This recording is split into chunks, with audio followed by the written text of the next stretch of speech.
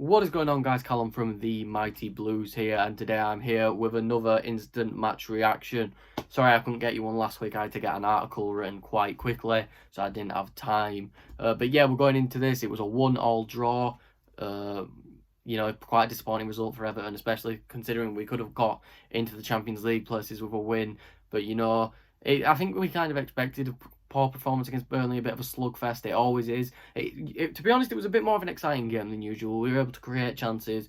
We probably should have scored more than one goal, especially with something I'll get to later on in the game.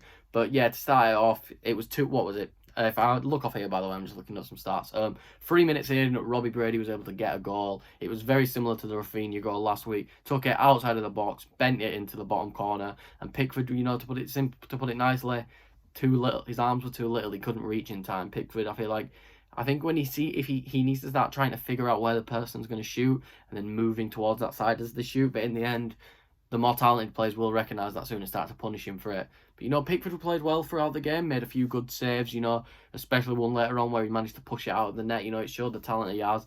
And he should be going in looking confident. But yeah, besides that, about half an hour in, I think, Delph got injured. It's quite annoying because that's another left back gone. And I feel like this means Nazem Kunku has to get the chance now. Because Iwobi has clearly proven that he's better out on the right. He proved it throughout the entire game. Iwobi was fantastic yet again for us. But surely this means Nkunku gets the chance next week. I understand we're coming into a tough run of fixtures and probably having a more secure name like Delph is the better option. So don't get me wrong, if Delph is fit to play, then I'm fine with Delph playing. But it looks like it's a hamstring injury, so I feel like Nkunku's going to have to play. You can't do the Iwobi on the left, Davies on the right thing. Because I believe next week, it's Leicester or Chelsea next week. They will punish us. Both teams have incredible speed on the wings, have incredibly pacey forward, and we don't want to run into that again. So yeah, then we started going towards half time, and it was great for us. Richarlison was able to get down the wing, square it across, and that man Calvert-Lewin was there for number 11 of the season. He's playing fantastic. He looks like he might get the golden boot this year, and he's not slowing down. Besides that, though, Dom didn't do too much throughout the game, in my opinion.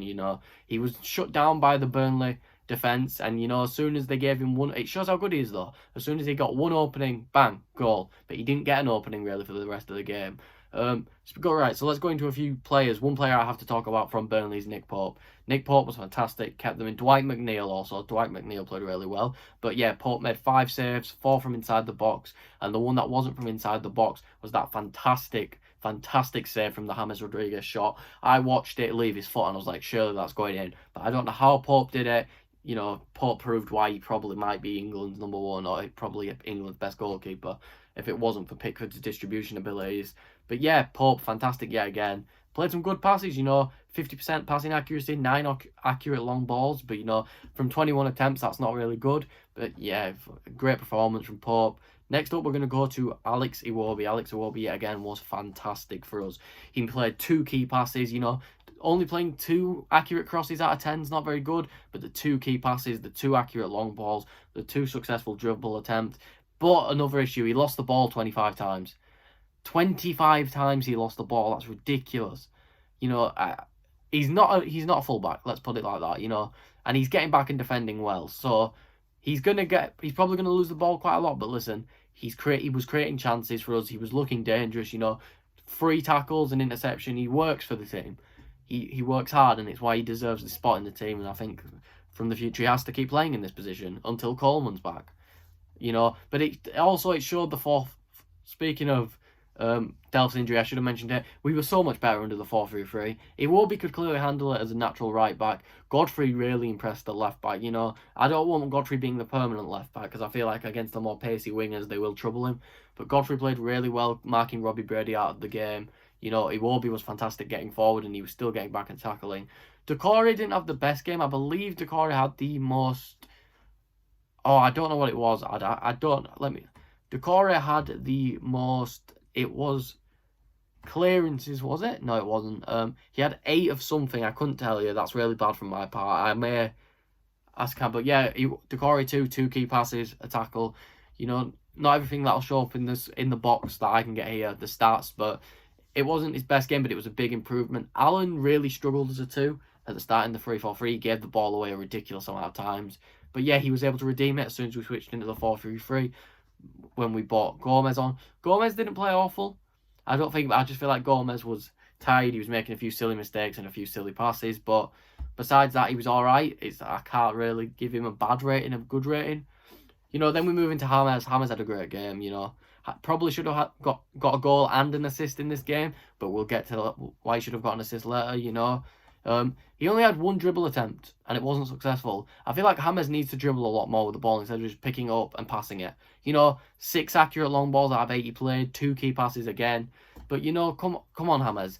You can dribble. We know everyone who supports this club, everyone who watches this league knows James Rodriguez can dribble.